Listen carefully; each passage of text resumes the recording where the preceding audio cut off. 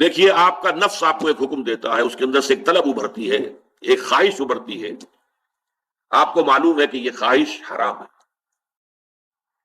اب آپ نے اللہ کے حکم کو پس پش ڈالا اور اپنے نفس کی خواہش پوری کی، یہ مخلوق کی اطاعت ہو گئی اللہ کی معصیت میں، یہ شرک ہے، غور کر لیجیے۔ ایک حکم آپ کے نفس کا ہے، بہت خوبصورت انداز میں کہا ہے مولانا روم نے، نفس ماں ہم کم ترس فرعون نیست لیکن ایراون نیست، میرا نفس جو ہے وہ فرعون سے کم نہیں ہے۔ جیسے فرعون نے کہا تھا یہ ملک مصر جو ہے میرا ہے، میرا حکم چلے گا، میں نہیں جانتا کون اللہ واللہ کون ہے، کون موسیٰ کا رب ہے، میں نہیں جانتا، میں ہوں یہاں کا حاکم، الیس لی ملک مصر وہذہ الانہار تجری من تحتی، کیا مصر کی بادشاہت میرے ہاتھ میں نہیں ہے، اور کیا یہاں کا سارا اریگیشن کا نظام میرے کنٹرول میں نہیں ہے؟ اسی طرح مولانا روم فرماتے ہیں کہ میرا نفس بھی فرعون سے کم نہیں ہے، وہ کہتا ہے یہ وجود میرا ہے، اس پر میری مرضی چلے گی، میں نہیں جانتا کیا حلال اور کیا حرام اور کیا جائز اور کیا ناجائز اور کیا صحیح اور کیا غلط، میری خواہش پوری کرنی ہوگی۔ یہ انداز جو ہے بڑا ایک چیلنجنگ سا انداز ہے، اور اس کا بھی جو پس منظر ہے پہلے آپ اس کو سمجھ لیجئے۔ نفسیاتی طور پر انسان کو اپنی خطا کا احساس ہو گیا، یہ بھی احساس ہو گیا جو میرا فرض تھا میں ادا نہیں کر رہا ہوں، مجھے ادا کرنا چاہیے، لیکن اب شیطان اگلا حربہ آزماتا ہے، دیکھو ابھی فلاں کام پڑا ہے، ابھی فلاں کام ہے، ابھی بیٹیوں کے ہاتھ گیلے کرنے ہیں، ابھی یہ کرنا ہے، ابھی بچے تمہارے چھوٹے ہیں، ابھی تمہارے بیٹوں کی تعلیم کا مرحلہ ہے، میاں ہو جانا ٹھیک، بعد میں سارے تقاضے مطالبے پورے کر لینا، پہلے یہ ذمہ داریاں تو پوری کرو۔ یہ حقوق العباد ہے بھائی، حقوق اللہ سے بڑھ کر ہے، یہ حقوق العباد ہے، اس کے لیے لگے رہو، پوری اپنی توانائیاں قوتیں صرف کرو، مال بناؤ، پیسہ کماؤ، تاکہ یہ ساری ذمہ داریاں ادا ہوتے رہنا۔ بعد میں ٹھیک ہے ذرا فراغت حاصل ہو جا، پھر تم سب اپنے آپ کو، اپنی پوری توانائیوں کو، اپنے پورے وقت کو اللہ کے لیے لگا دینا۔ یہ ہے تاخیر اور تعویق، اس کا حربہ شیطان کا، یہ سب سے بڑا۔ کر لیں گے بھائی، کر لیں گے، کوئی نہیں، ابھی ذرا جلدی نہیں، ابھی فلاں کام ہے، فلاں فرائض ہے، فلاں ذمہ داریاں ہیں، ذرا ان سے نمٹ لوں، پر اگر میں ریٹائر ہو جاؤں سروس سے تو پھر میں سارا اپنے آپ کو لگا دوں۔ وہ ریٹائرمنٹ کرتے ہیں اس وقت جب آپ کے اندر رہتا ہی کچھ نہیں، اگر آپ کے اندر کچھ رہ جائے تو وہ چھوڑیں گے آپ کو، وہ ساری توانائیاں تو گئی، اب تو آپ کھوکھلا ایک ڈھانچہ لیے پھر رہے ہیں، آپ کے اندر صلاحیت اور قوت کہاں ہے اب؟ لہذا یہ سارے دھوکے شیطان کے ہیں۔ اس میں ایک چیلنجنگ انداز میں علم یعنی وقت آیا نہیں ہے ابھی اہل ایمان کے لیے، کس چیز کا انتظار کر رہا ہے؟ جو جیسے ہی خیال ہو جائے کہ واقعی یہ فرض ہے، فوراً لبیک کہو۔ تم نے اگر کسی بھی پہلو سے تاخیر اور تعویق کا راستہ اختیار کیا تو یہ شیطان کے پھندے میں گرفتار ہونے کا وہ راستہ ہے اصل میں، وہ شیطان پھر چھوڑے گا نہیں، پھر وہ اسے آپ کو اپنے فطراک کا نخچیر بنا لے گا، اپنے تھیلے میں شکار کی حیثیت سے، جیسے کہ آپ تیتر بار کے تھیلے میں ڈال لیتے ہیں شکار کر کے، اس کے فطراک کے نخچیر بن کر رہ جاؤ گے، پھر آگے نکل نہیں سکو گے۔ یہ تاخیر اور تعویق جو ہے، یہی ہوا تھا غزوہ تبوک میں حضرت کعب ابن مالک رضی اللہ تعالیٰ عنہ نے، وہ بھی ان 3 صحابہ میں سے تھے جو سچے صادق الایمان صحابہ تھے، لیکن غزوہ تبوک میں نہیں گئے۔ حضور نے واپس آ کے جو لوگ نہیں گئے تھے ان سے جواب طلبی کی، لہذا منافقین تو آئے، اللہ کی قسم ہے، خدا کی قسم ہے یا رسول اللہ، میں اللہ کو گواہ کر کے کہتا ہوں یہ تھا یہ تھا یہ تھا، یہ سبب تھا، میں نہیں جا سکتا۔ حضور فرماتے تھے مسکراتے تھے، جائیے تشریف لے جاؤ، کوئی پکڑ نہیں۔ یہ آئے جب کعب ابن مالک تو حضور کے چہرے پر مسکراہٹ تھی، تنزیہ مسکراہٹ۔ آپ فرمائیے آپ کیوں نہیں گئے، کیوں نہیں گئے تھے ہمارے ساتھ؟ عرض کیا حضور میرے پاس بھی زبان ہے، میں بھی جھوٹ بول سکتا ہوں، لیکن آج میں جھوٹ بول کر آپ کی گرفت سے، آپ کی سرزنش سے اپنے آپ کو بچا لوں گا، لیکن قیامت میں کیا کروں؟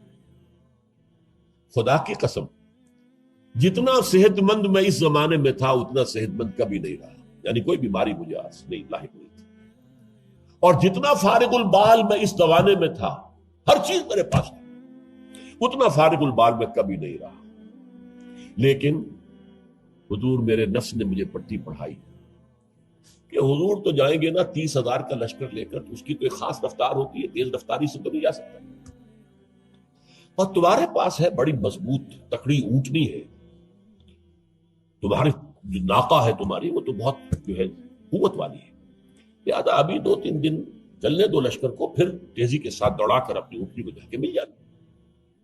ہر روز صبح مجھے یہی نفس جو ہے پٹی پڑھاتا رہا کہ اچانک ایک دن میں نے محسوس کیا کہ اب تو چاہے میں کتنا ہی تیز دوڑ لوں آپ کے ساتھ نہیں مل سکتا، بس میں رہ گیا بیٹھ، اب جو صدا دوں۔ یہ ہے تاخیر و تعبیر۔ انہیں سزا دی گئی مقاطعہ، کوئی شخص اس سے بات نہ کرے۔ 3 صحابہ کا معاملہ ہے، یہ سورہ توبہ کے اندر تفصیل سے آیا ہے، اور صحیح بخاری کی طویل ترین احادیث میں سے پڑھنے کے قابل ہے کہ انہوں نے کیسے بیان کیا اپنے پورے معاملے کو، یہ نفس کیسے دھوکہ دیتا ہے۔ ابھی چند دن اور مدینے کے اندر اپنے نخلستان کی ٹھنڈی چھاؤں کے اندر آرام کر لو، چند دن اور، بھائی جانا ہے، بہت دور جانا ہے، تبوک جانا ہے، کوئی یہ 2 دن میں تو نہیں پہنچ جائے گے حضور، پھر دوڑ کر پکڑ لینا، ساتھ چل مل جانا۔ یہ دھوکہ شیطان کا، یہ دھوکہ نفس کا، یہ ہے الم یأن للذین آمنوا ان تخشع قلوبہم لذکر اللہ وما نزل من الحق۔ یہ سب کچھ تم نے 15 آیتیں اگر سورہ حدید کی پڑھ کر بھی تم نے اپنی گردن نیچے کر کے اپنے دل کو نہیں ٹٹولا تو اور کون سی ہدایت آئے گی، کہاں سے آئے گی؟ 15 آیتیں سورہ حدید کی پڑھ کر بھی، تو کیا ابھی وقت نہیں آیا اہل ایمان کے لیے؟ کس کا انتظار ہے؟ کس چیز کا انتظار ہے؟ الم یأن للذین آمنوا ان تخشع قلوبہم لذکر اللہ وما نزل من الحق۔ کیا وقت آنے گیا اہل ایمان کے لیے کہ ان کے دل جھک جائیں اللہ کی یاد میں، اور جو کچھ حق میں سے نازل ہوا، ما نزل من الحق، یہ پورا قرآن الحق، اس میں سے جو یہ آیات نازل ہوئی ہیں یہ تم نے ابھی سن لی ہیں، پڑھ لی ہیں، اس کے سامنے بھی دل نہیں جھکیں گے تو کب جھکیں گے؟ اس پر بھی اگر دل نہیں پگھلے تو کب پگھلیں گے؟ اس پر بھی اگر دل میں کوئی عزم اور ارادہ پیدا نہ ہوا کہ اپنی جان لگا دینی ہے، کھپا دینی ہے، ان صلاتی و نسکی و محیایا و مماتی للہ رب العالمین، اس پر بھی نہیں ہوا تو کب ہوگا؟ اور کون سی ہدایت آئے گی؟ فبأی حدیث بعدہ یؤمنون، اس قرآن کے بعد اور کون سی چیز کے یہ منتظر ہے جس پر یہ ایمان لائیں گے؟ الم یأن للذین آمنوا ان تخشع قلوبہم لذکر اللہ وما نزل من الحق۔ اور جیسا کہ میں نے تمہیدی جو میرا بیان تھا ان صورتوں کے بارے میں، اس میں عرض کیا تھا ان میں اہل کتاب سے خطاب نہیں ہے، اہل کتاب کو نشان عبرت کے طور پر پیش کیا گیا۔ دیکھو مسلمانوں، تم سے پہلے بھی ایک امت تھی، معمولی امت نہیں تھی، وہ امت جسے قرآن سند دے رہا ہے 2 دفعہ سورہ بقرہ کے اندر صرف، یا بنی اسرائیل اذکروا نعمتی التی انعمت علیکم وانی فضلتکم علی العالمین، اے بنی اسرائیل یاد کرو میرے اس احسان کو جو تم پر ہوا، میں نے تمہیں تمام جہان والوں پر فضیلت دی تھی۔ وہ قوم، وہ امت، امت موسیٰ، اس امت کو کتنی کتابیں دی گئی؟ تورات انہیں دی گئی، زبور انہیں دی گئی، انجیل انہیں دی گئی، امت تو ایک ہی ہے۔ یہ حضرت مریم اسرائیلی نہیں تھی کیا؟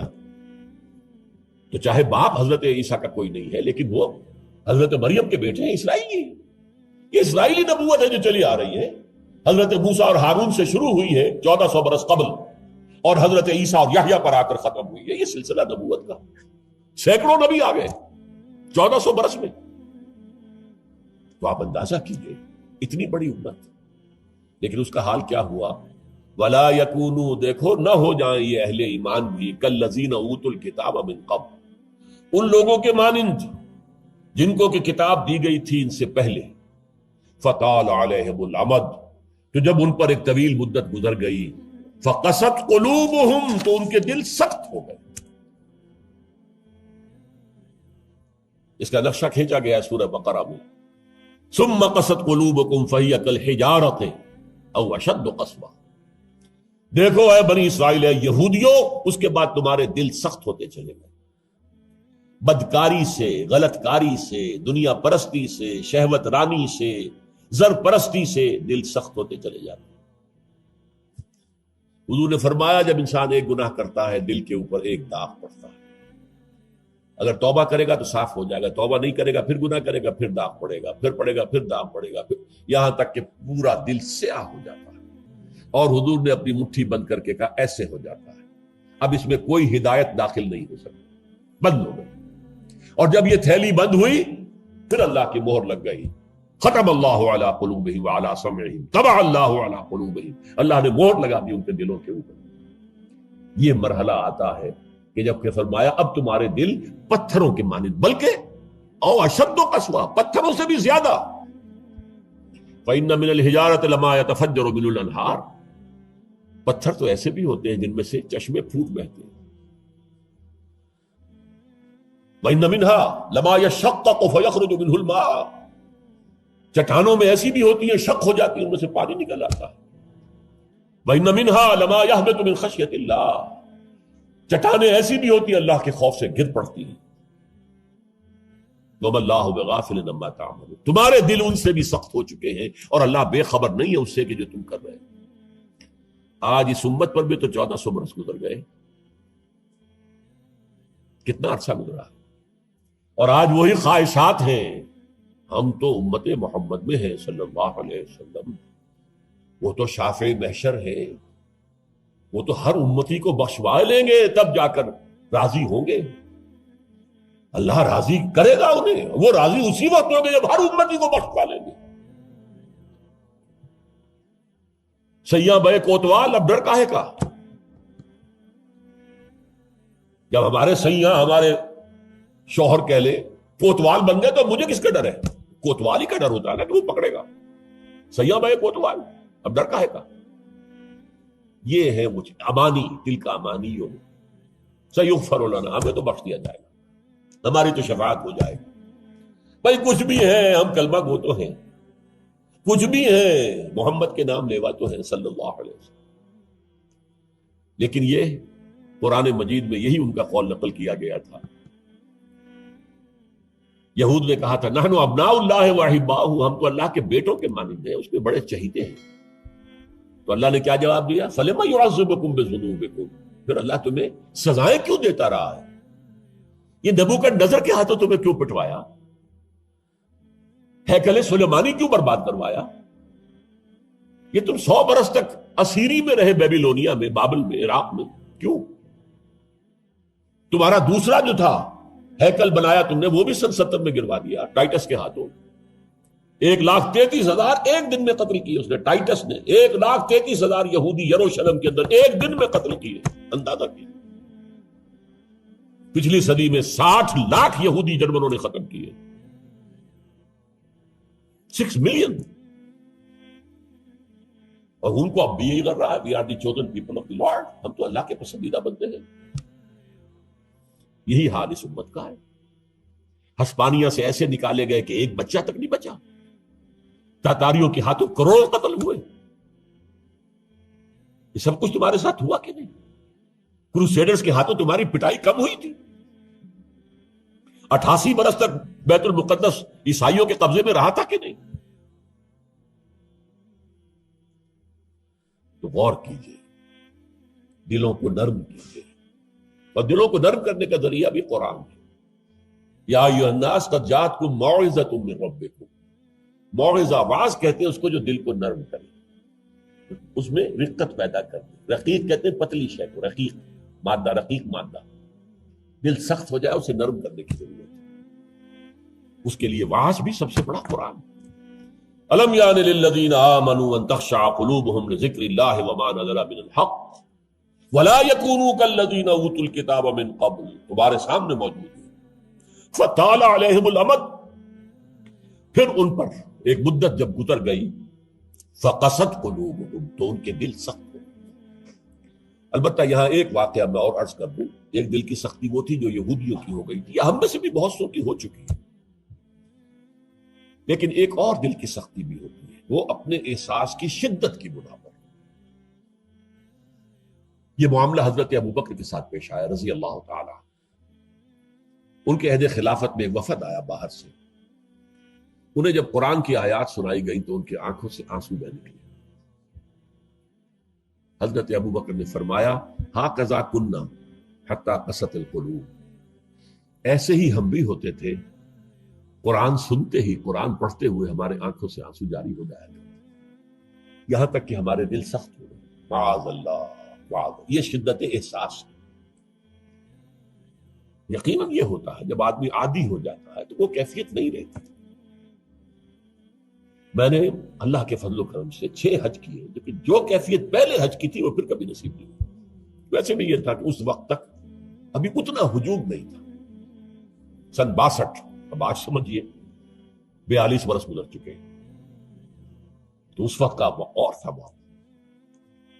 اب جو ہے وہ ہجوم جو ہے وہ اس میں کبھی انسان کو وہ اپنے اندر جھانکنے کا، کہیں تنہائی میں بیٹھ کر یاد کرنے کا موقع نہیں ملتا، لیکن وہ تھا۔